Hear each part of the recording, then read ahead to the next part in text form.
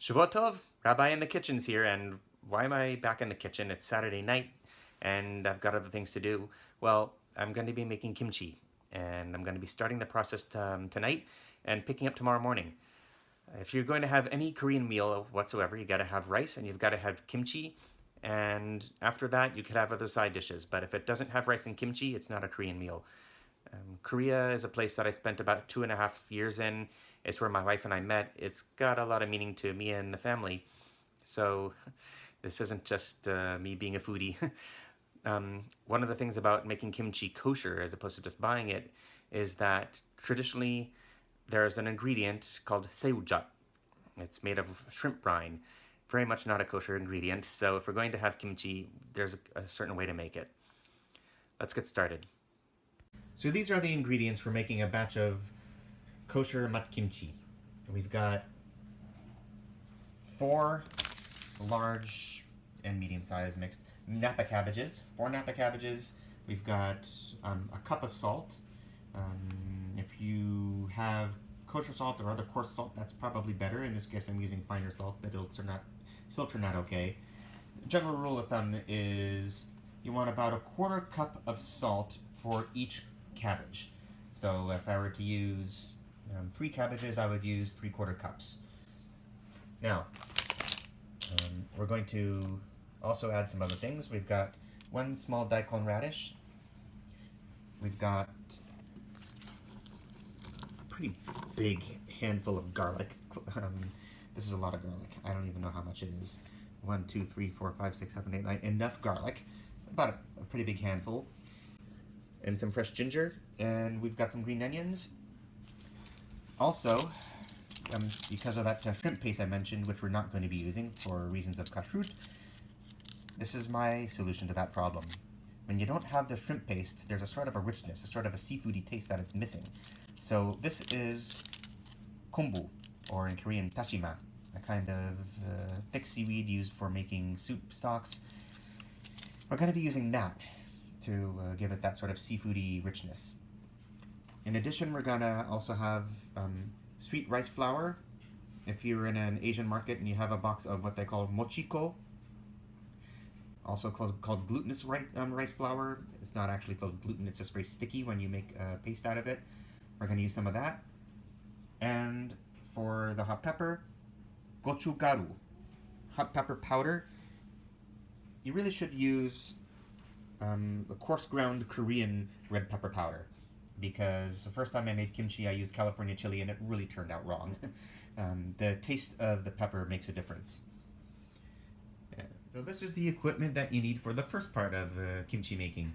We've got a knife long enough to cut a whole Napa cabbage, and a bucket. This is a 22-quart bucket, and we're going to chop up the Napa cabbages and soak them overnight in salt water. So first thing we're going to do is cut this cabbage in half.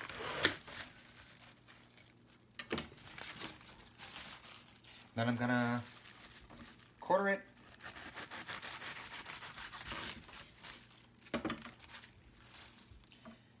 And then it'll go into eighths. In the meantime, this is a good time for me to take a little look around. Is there anybody living between these leaves who doesn't belong there?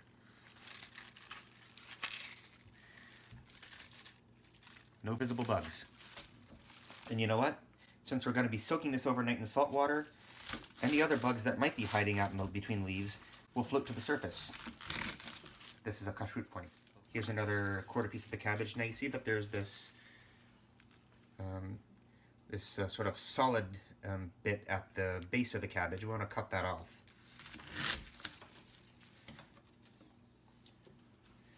Oh, some leaves fell out. Some of them are just the right size. A few others will get cut. They all go in. The cabbages are in the bucket. Pouring in the salt. I'm going to cover it all up with water.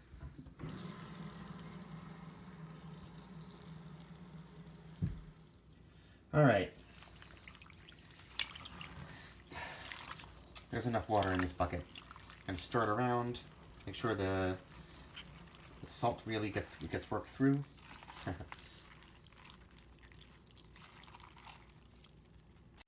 Alright, well the cabbage is soaking in salt water overnight. Now it's time for us to make the yangnyeom, which is, I don't know, for other things I've called it a flavor base. This is basically going to be a mix of, well, all that you see here. Spices, garlic, all sorts of things. The first part of our yangnyeom that we're going to make is, well, a sort of a rice flour slurry of some sort. The reason we're doing this is because the carbohydrate is going to help the probiotic bacteria in the kimchi have something to eat and something to feed on. It's going to sort of help the process of healthy fermentation go on. Other people use other sources of sugar. Some people use straight up sugar. A lot of people will like to grate apples or Asian pears instead of using rice flour porridge. Some people like using squash. Any sort of starch will work. I find that if I use something sweeter, something with more actual sugar in it, then you end up with a sort of a more sour taste in the kimchi. So I'm going to use this. So we've got a cup and a half of water, and we're going to add 2 tablespoons of the glutinous rice flour. Perfect.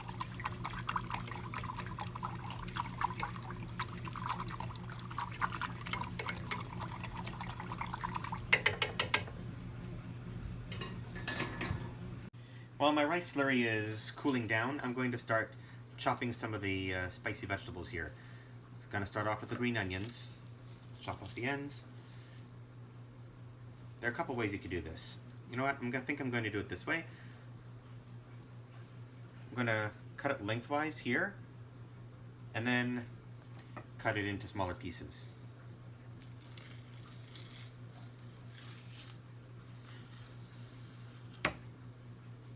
Here, it's cut in half. This is a good way to make sure that the rest of the whole part of the green onion gets well incorporated into the kimchi.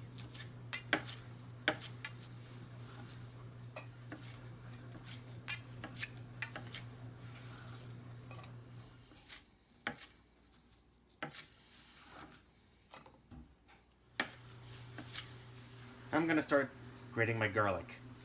I'm going to use one of these instead of chopping it finely because of the little studs in here, the way that this is shaped, it catches the juices. And the juices are really what I want. So I'm going to put the bowl off to the side. Now, time to grate the ginger. I still have some garlic pulp left in the grater. That's okay. As I grate the ginger, I'll be scraping off that garlic, and all of it will end up going into our mix. Now, the daikon radish. We're going to peel it, and then we're going to julienne. Take off the head.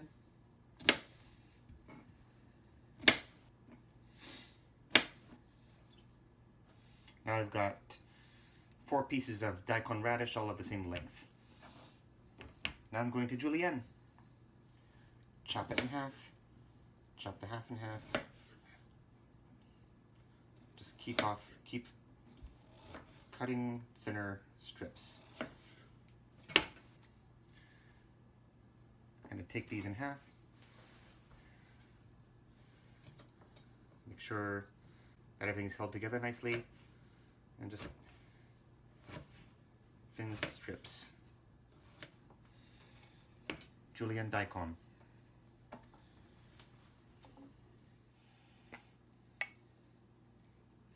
This is the rice porridge that we made earlier.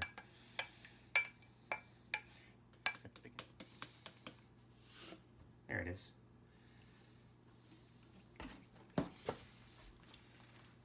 Oh, we thought we were done with the yangnyeom. There's one more ingredient we forgot.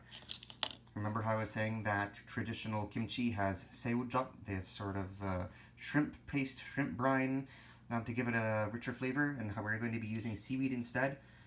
What we're going to do is soak this in a bowl of water overnight. Not a whole lot of water, just enough to sort of give this flavor. Alright, there it is, soaking in water. It'll be ready tomorrow. Really, it'll be ready in an hour, but I won't be ready in an hour. Okay, it's tomorrow. The kombu has been reconstituted.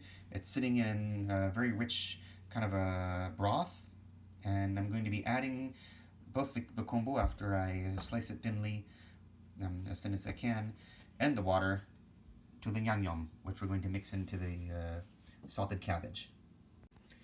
So I had to do that off camera. Our tripod is packed for a trip. So the kombu, if it's been reconstituted in cold water, then it'll have a sort of a slimy feel to it. Don't worry, that's actually a good thing.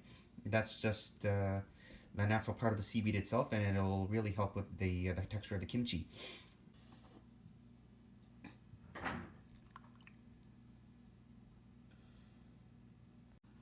This pair of chopsticks has just gone through the dishwasher, so we know it's sanitized. It's very important that when you're going to pickle something, that everything you use be sanitized. The next step is going to be draining all of this cabbage, which we've had soaking in salt water overnight.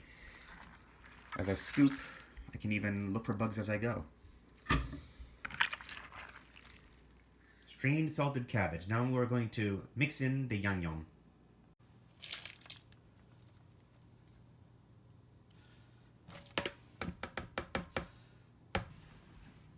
To really mix this up well, you could try doing it with a sanitized cooking spoon, but I prefer to use a plastic bag over my hand.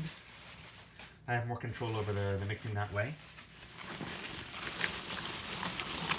You really don't want to do this with a bare hand because the garlic will eat into your skin, and if you're not making white kimchi and you've already added your gochugaru, your hot pepper, your hands will end up stinging for a few days. Now it's time to jar the kimchi. I'm doing this on the floor. I've got a cutting board under the jar in order to catch whatever might fall.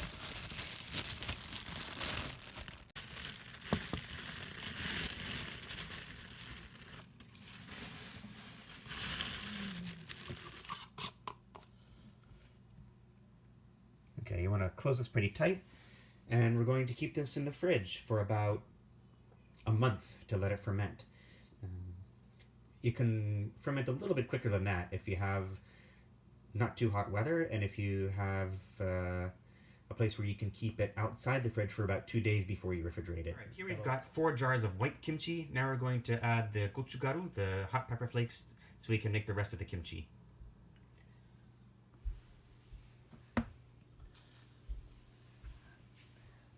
And now we've got to mix it up by hand like we mix the other stuff.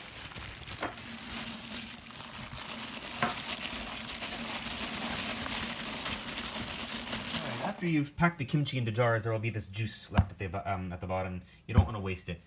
I'm going to add this to some of those kimchi jars.